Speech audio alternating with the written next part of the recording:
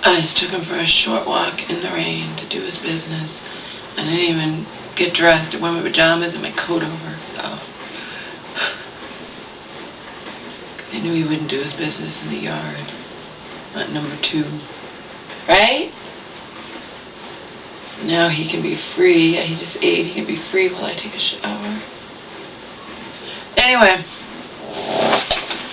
You guys want further proof? Further solid fucking proof that my aunt, all while again setting me up to take the fall, putting all the burden and responsibility for caring for my mom on my shoulders. My aunt was waiting for the day my mom would turn against me. My aunt was trying to constantly turn my mom against me. You understand? My mom would tell me. What does it tell you? My mom, remember,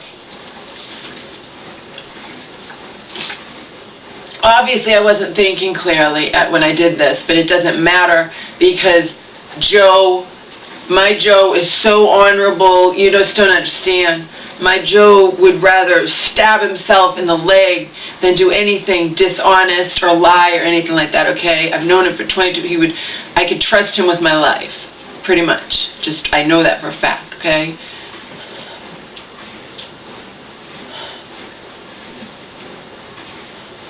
My mom was calling from the goddamn mental hospital, calling me constantly, the one she's back in. Remember, this is not this recent one that conspired with Auntie. I'm talking about the other one, the one where she first suffered the lithium toxicity and then I had to put up with her being back in there, at least not with the same doctor. But hell, I'm in a twilight zone and I'm in whatever. If she had been given the same doctor she wasn't. But she was taunted by her doctor, who said to her one weekend when he was on shift or something, "There's nothing wrong with lithium. You belong on lithium. I'm going to try to get you back on lithium," taunting her.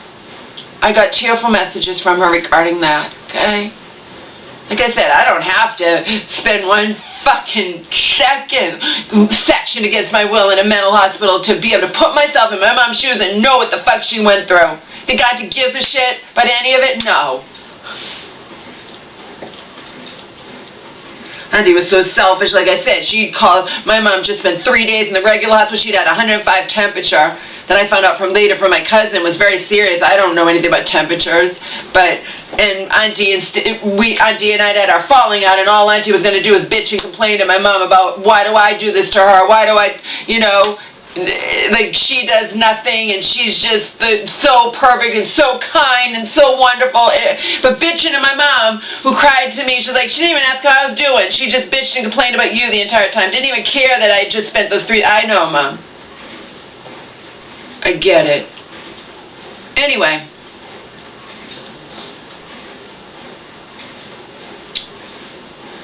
One thing after another was happening to my mother.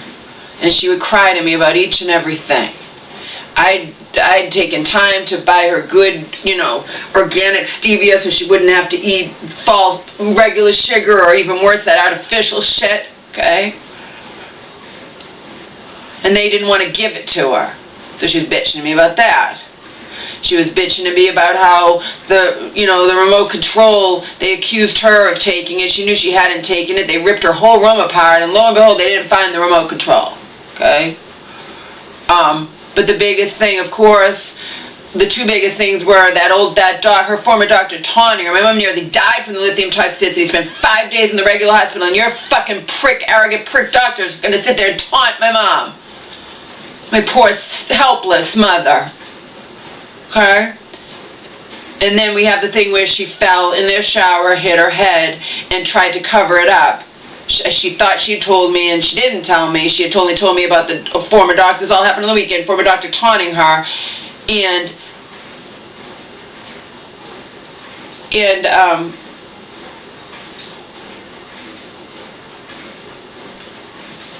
then I get a call back. Please don't say anything about me falling in the shower and hitting my head. So-and-so's being really nice to me. I don't want to get her in trouble. And I hadn't known anything about that. Of course I'm going to say something. You get where I don't, look at that. I can put myself in my mom's shoes. you're just at everyone's mercy, not just treated mean by patients, doctors, and, wait a minute, doctors, staff, and doctors, nurses, and patients you meet worse than a homeless person on the street, okay? Of course, when my mom goes in these places, she wants a scapegoat. Like I said, it used to be Auntie. Auntie admitted it to me 100% when Auntie was and we were in our pseudo-friendship to save my mother and to, don't ever forget, to save Auntie's ass, to save her from having to fork over $53,000, okay? She probably would have had to do it. If they had made my mom a ward of the state, their first thing was to go after Auntie.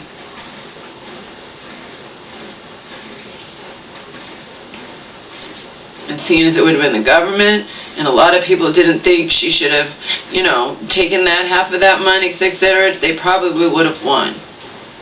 Auntie was shaking in her boots, shaking in her shoes.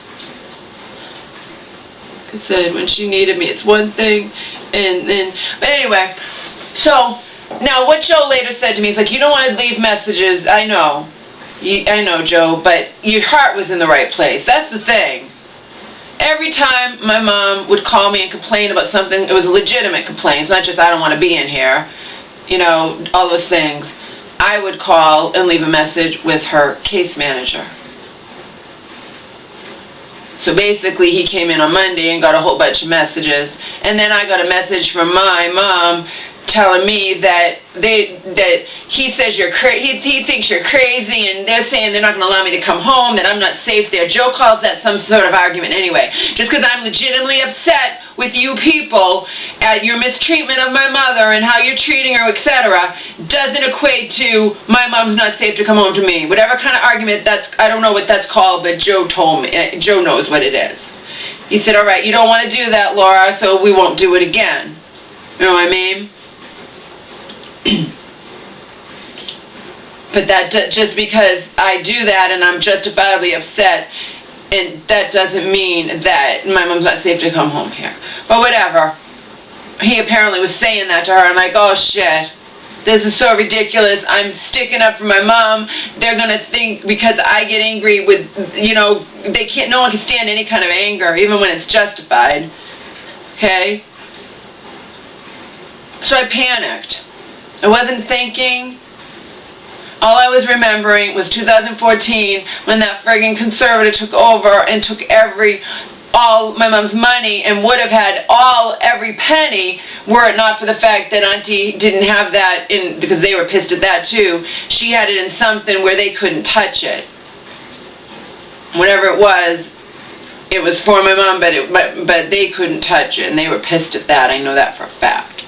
They brought it up in court, okay? I don't know what I was thinking. I wasn't thinking, actually. I just was upset because I'm like, God, I'm sticking up for my mom, and now because I get angry with these people, to them it automatically equates my mom's not safe to come home. Whatever kind, that Joe sees right through that bullshit. She said, don't do that again. You don't want to leave messages like that. I know. I won't do it again. Not to that extent. You have to understand, every time I turned around, I was hearing something new that they had done to my mom, you know.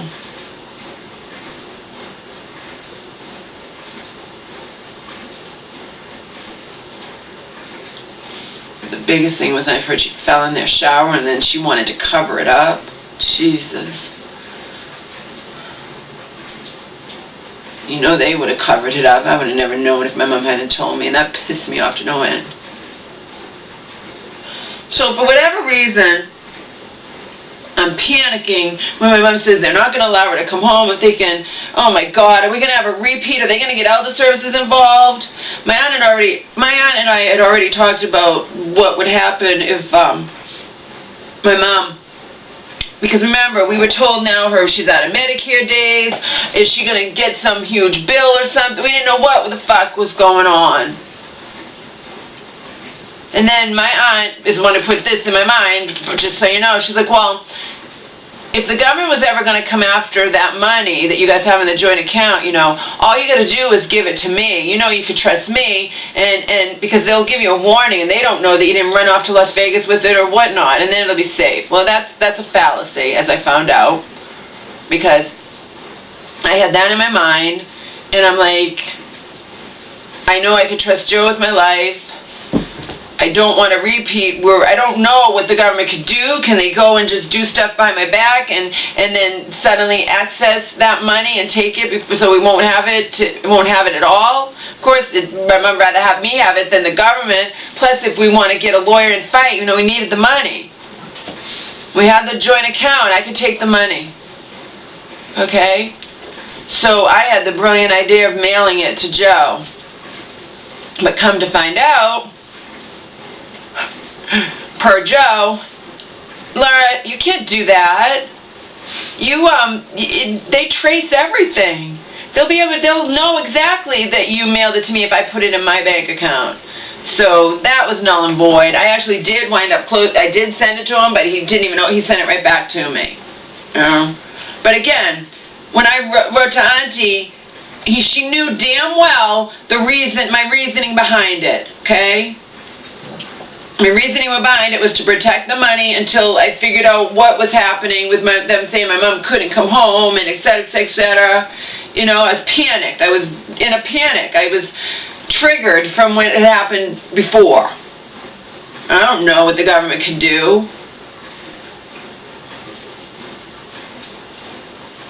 And as we've seen with what Auntie did, she went and could access that money behind my back and not tell me. So I didn't know what the government could do. That would have been the government, you know. But anyway, Auntie knows damn well why I was doing it.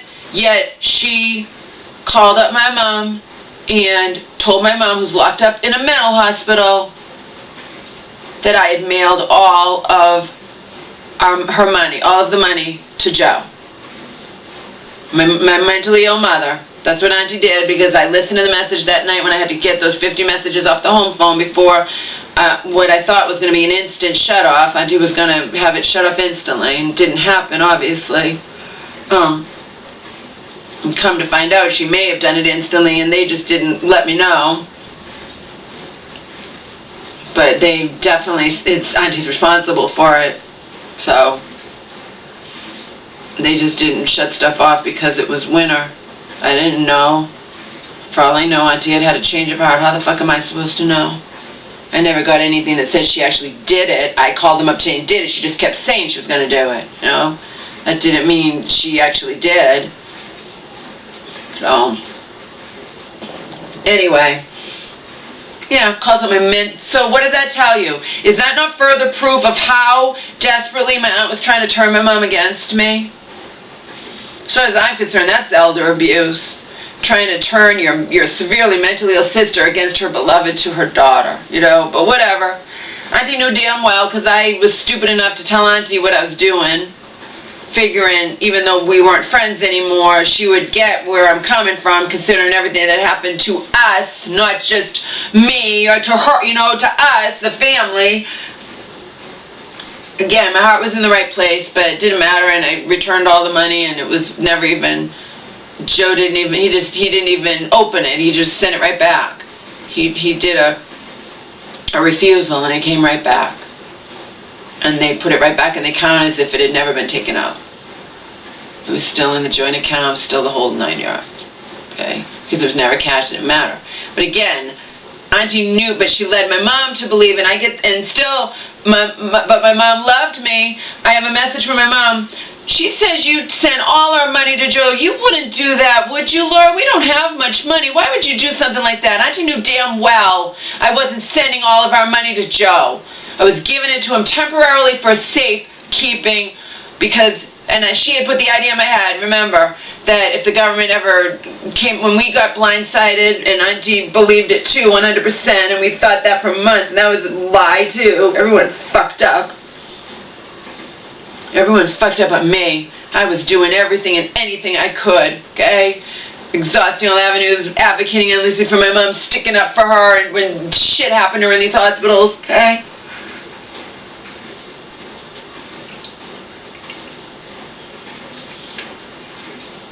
But the thing, I wouldn't have questioned the thing. That's something Auntie should have seriously questioned. She should have known. She should have remembered that my mom had medics, and that kicks in 100% if you run out of Medicare days. No, I have to, as you guys know, fall to the ground wailing here when I found out now my mom not only has to go to these hospitals, but she's limited to friggin' bullshit hospitals.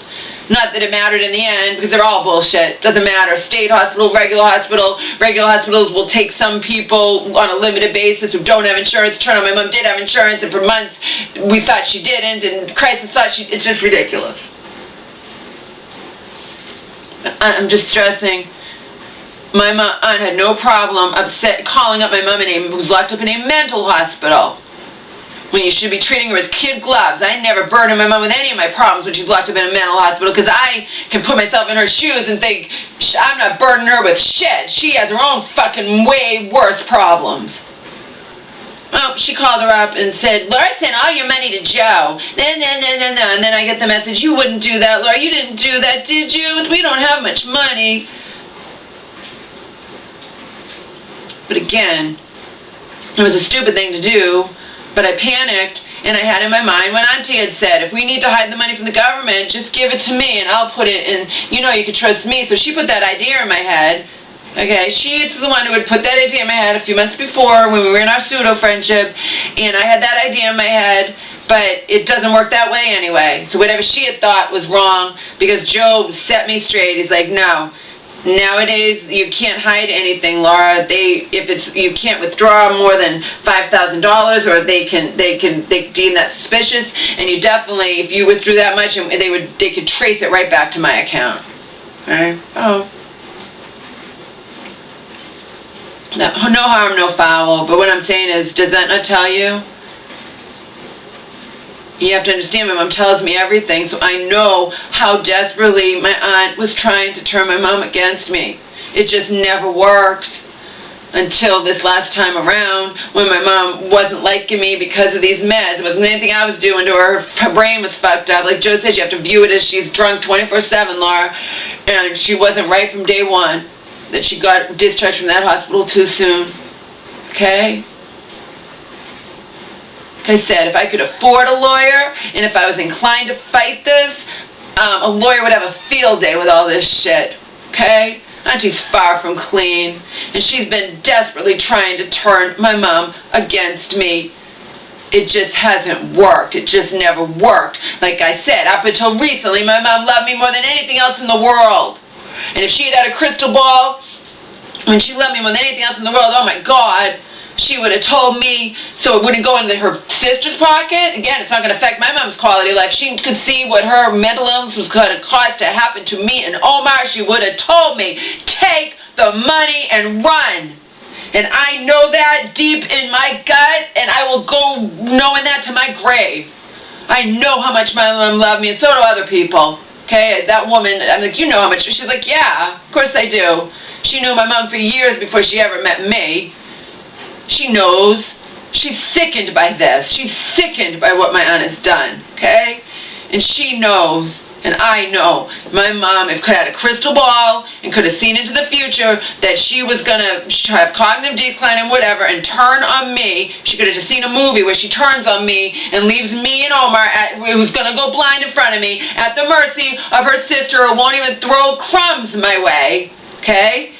Oh my God, and the money wouldn't affect her at all. Again, she has enough to live on. She has a $60,000 401k. She would have told me in no uncertain terms, Laura, oh my God, I just saw the future. When this happens, if it does come true, take the money and run and start a new life with you and your dog.